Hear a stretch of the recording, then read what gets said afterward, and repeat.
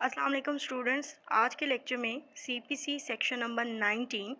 Suits for compensation for wrongs to persons और मूवेबल्स को explain करने वाली हूँ। ये सेक्शन हमें उन मुकदमात के बारे में बताता है जो किसी शख्स को नुकसान पहुँचाने के बाद वो शख्स दायर करता है अपने नुकसान की भरपाई के लिए, ठीक है, कॉम्पनसेशन के लिए, या कोई ऐसा वाक़या जो किसी की मूवेबल प्रॉपर्टी यानी कि मनकूला जायदाद के साथ होता है, उसको नुकसान पहुंचाया जाता है और उसकी नुकसान की भरपाई के लिए जो मुकदमात दायर होते हैं, ठीक है, वो ये सेक्शन एक्सप्लेन करता है। वेयर जहां या जब आसूट कोई मुकदमा इस है या होता है फॉर कॉम्पनसेशन दर्द तलाफ़ी के लिए या भरपाई के लिए, ठीक है, फॉर रॉन्ग किसी नुकसान की, डन टू दी पर्सन जो किसी शख्स को किया गया हो, और टू मूवेबल प्रॉपर्टी या किसी मनकूला जायदाद को किया गया हो। जहां कोई मुकदमा किसी शख्स की या किसी गैर मनकूला जायदाद के नुकसान की तलाफी के लिए किया गया हो, इफ़ अगर the wrong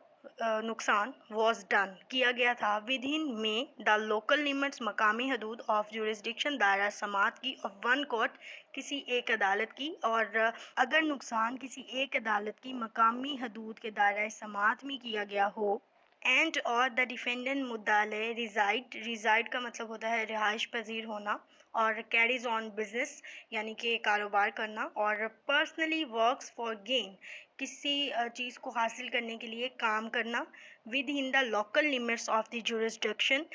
of another court किसी दूसरी अदालत की मकामी हदूद के दायरा समात में, द सूट मुकदमा में भी इंस्टीट्यूटेड किया जा सकता है at the option of the plaintiff की मर्जी पर या उसके स्वाबदीद पर, in either of the set courts ऊपर बयान की गई किसी भी अदालत में। ये बयान किया गया है कि अगर कोई शख्स किसी दूसरे शख्स की जायदाद को या उसको शख्सी नुकसान पहुंचाता है किसी एक अदालत की मकामी हदूद में,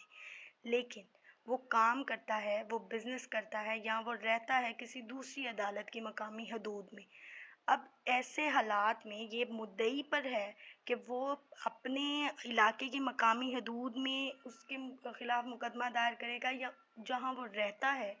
जहाँ वो बिज़नेस करता है, उस अदालत की मकामी हदूद में उसके ख़िलाफ़ मुकदमा दायर करेगा। नेक्स्ट सेक्शन नंबर 19 की दो मोस्ट इम्पॉर्टेंट इलस्ट्रेशंस या एग्जांपल्स हैं। Example number A residing in Karachi, A Karachi में रहता है, beats B in Quetta, B को क्वेटा में जो है वो मारता है, बी में सू ए, जो बी है वो ए पे मुकदमा कर सकता है ईदर इन क्वेटा और इन कराची, या कराची में या क्वेटा में। सेक्शन नंबर 19 यही एक्सप्लेन करता है कि अगर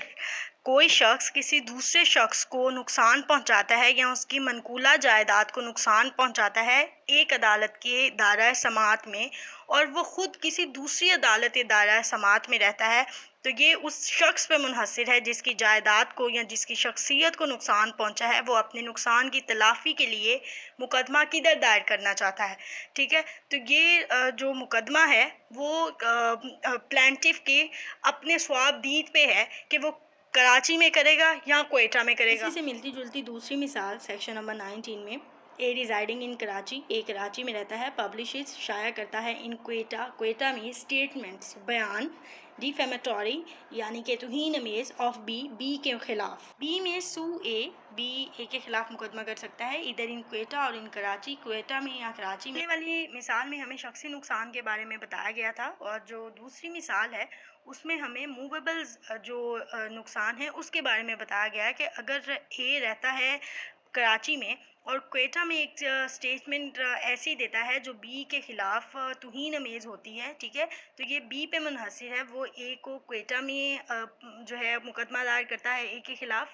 या वो कराची में उसके ख़िलाफ़ मुकदमा दायर करता है। अगर हम लॉ गेट MCQs की बात करते हैं स्पेसिफ़िकली सेक्शन नंबर 19 को लेके,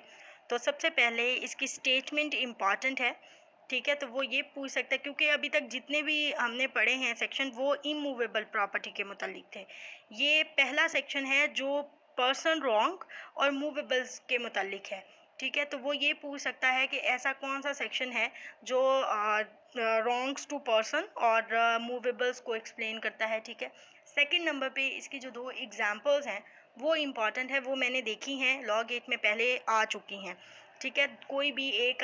एग्जाम्पल वो ए भी दे सकता है, वो बी भी दे सकता है। तो ये एग्जाम्पल एज आ एमसीक्यू आ सकती हैं, इसमें बस यही इंपॉर्टेंट है लॉग 8 के लिए। ये था जी आज का हमारा लेक्चर सेक्शन नंबर 19 पे, और उम्मीद करती हूँ आप लोगों को समझ आया होगा।